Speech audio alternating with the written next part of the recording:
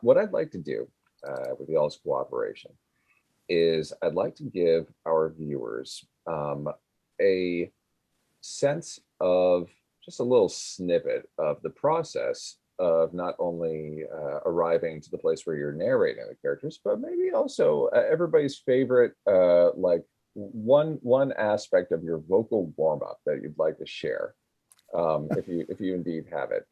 I'll model mine. So, for example, what I find is the most difficult for me is getting my jaw relaxed, and also at the same time keeping my tongue articulate, the tip of my tongue articulate. So it's very popular in vocal warm-ups for people to wedge their jaw open by going mwah, mwah. Now you see that my tongue is not all the way out. It's actually pushing against my lower teeth to wedge the jaw open. Can everybody do that with me? Mwah, mwah, mwah, mwah. Now what I do is I've actually created a new word, and this will be in the Webster Dictionary about 10 years from now, and will be credited to me. And this is, I actually have a word, it's mulalik. Mulalik. What that does is it helps my tip of my tongue leave my bottom teeth and go all the way up into my, behind my upper teeth. So it's mulalik, mulalik, mulalik. Can everybody do that with me? Mulalik, mulalik, mulalik.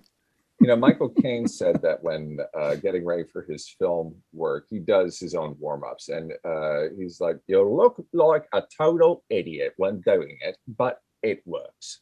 Does anybody else? Would anybody else like to get vulnerable and share one of their bits from their vocal warm-up? For me, it's not the vocals; it's more about the face muscles. So I'll do that whole purse the lips, then bring it out. I mean, I do vocal warm-ups as well, but for a voice, especially if I'm going to have to open the mouth, I'll do those whole, tense release where you're trying to get your mouth muscles and your face kind of in position too. Can you walk us through it? Can you walk us through it, Trenton? Well, one of the particular ones I would do is the typical ooh ah ooh ah Let's do to that try together to bring things so that things feel more warmed up and flexible. All right, we're gonna do it. We're gonna do it. All right, one, Okay. 2, 3. Ooh. Ah. Ooh. Wow. All right. Who else has got one? I sing. Okay. I take a couple of songs that are generally really out, chest out, diaphragm, I do all of that.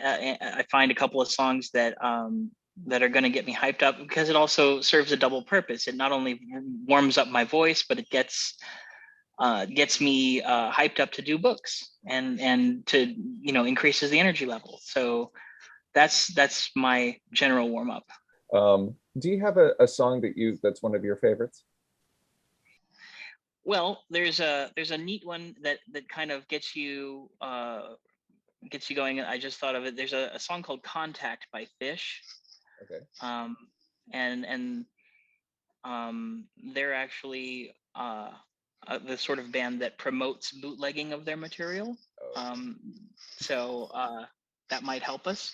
Okay. But the chorus goes, "The tires are the things on your car that make contact." I'll just the tires are the things on your car that make contact with the road.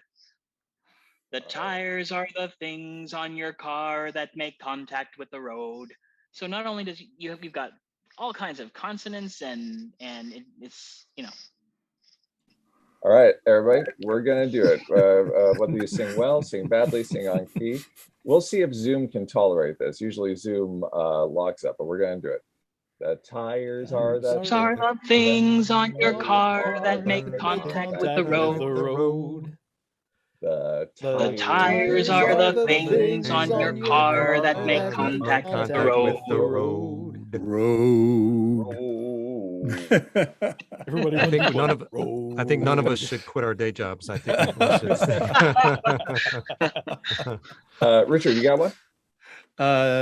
Well, even more than vocal exercises, I almost drown myself before I go into the booth. One of the biggest things that happens if your mouth is dry and you're not hydrated enough is pops and clicks like crazy. I mean, it's and so you really have to hydrate a lot before going into the booth, and you'll get a chance to take a restroom break later. But drink a lot of water, and also I don't narrate on an empty stomach because our microphones are so sensitive that, boy, we have stomach grumbles and rumbles and our rumblies and our tumblies, as Pooh says, when we narrate on an empty stomach. It's really challenging, isn't it? Because I find also that if I've just eaten, then likewise my stomach is doing a lot of talking. And when you're doing that diaphragmatic breathing, of course, the stomach likes to take. For everybody listening, if you don't know what that means breathing into the belly as opposed to into the shoulders and chest. Michael, you got one? A tongue twister or a favorite? Yeah, I mean, what I learned early on was the idea of humming, because humming relaxes your vocal cords as opposed to speaking strains them. So I remember seeing a video years ago of a very large choral group that was rehearsing in an auditorium before going out on stage, and they were all singing their parts, but they had their mouths closed. So they were vocalizing their song, and so the melody was all there and it was beautiful, but it was all so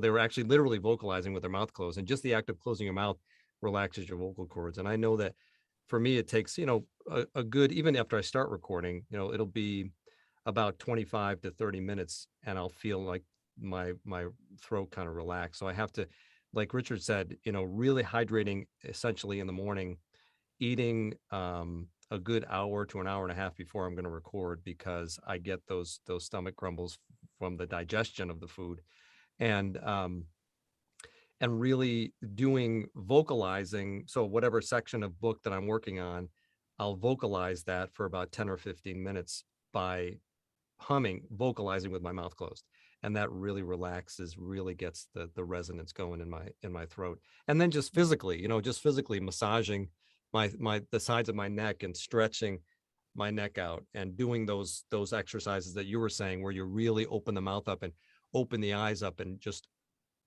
really stretch everything out. You'd be amazed at how, when I don't do that, when I come down and I'll start to record and I'll have to stop myself and start to really stretch and work that, how good that feels and how much better I feel when I start to record again. So, it's a combination of all of the above, everything that everybody else has said. But the humming for me really has helped to relax those vocal cords, I found. Isn't it wonderful that we get to work in an industry where this kind of like self-care and variation and stuff like that is something that we actually have to do. It's so I'm sure it's so much more difficult. I mean, even if you're doing a very important job, for example, doing traffic signals or traffic signs at a construction site on the road or something like that. I doubt that it gives you a lot of flexibility to just be like, No. Yes, Mike, can you come over and give me a neck massage? Anytime, Richard. Thank you. Appreciate it. Let's and I you have a really good point, Matt, and that is the self-care in terms of your vocal, especially your voice, pays off. And I think the best example that immediately comes to mind for me is Johnny Gilbert, the host of the announcer for Jeopardy. He's 93 and he sounds just as good now as he did 30, 40 years ago. He's incredible. And I'll That's bet one of he the, takes really good care of his voice. it's one of the secrets of being a narrator is that when you actually start sounding like this, you can just imitate yourself with this voice. Yeah. So we don't Well, have and to get our, you old. know, our vocal cords are our instruments. So, you know, you think about musicians and you think about how carefully they take care of their musical instrument. You know, I tell my family all the time, like, this is my instrument, my voice. So we, singers, musicians, actors, audiobook narrators, voice actors, it's so important. And the health goes beyond just warming up. It's like Richard said, what are you eating? What are you drinking? You know, how are you taking care of yourself? Um, uh, when you're outside the booth matters just as much as when you're inside the booth. Yeah, I think of Steven Tyler, the lead singer of Aerosmith. His voice is wild, it's all over the place, but the thing about it is he did a special where they were able to watch the surgery he had because he had nodules all over his vocal cords. And you get to watch while he's singing notes and they're burning his vocal cords with a laser. And I thought, I don't want that to be No, me. no, no, no, thanks. No, I don't want to do no. that.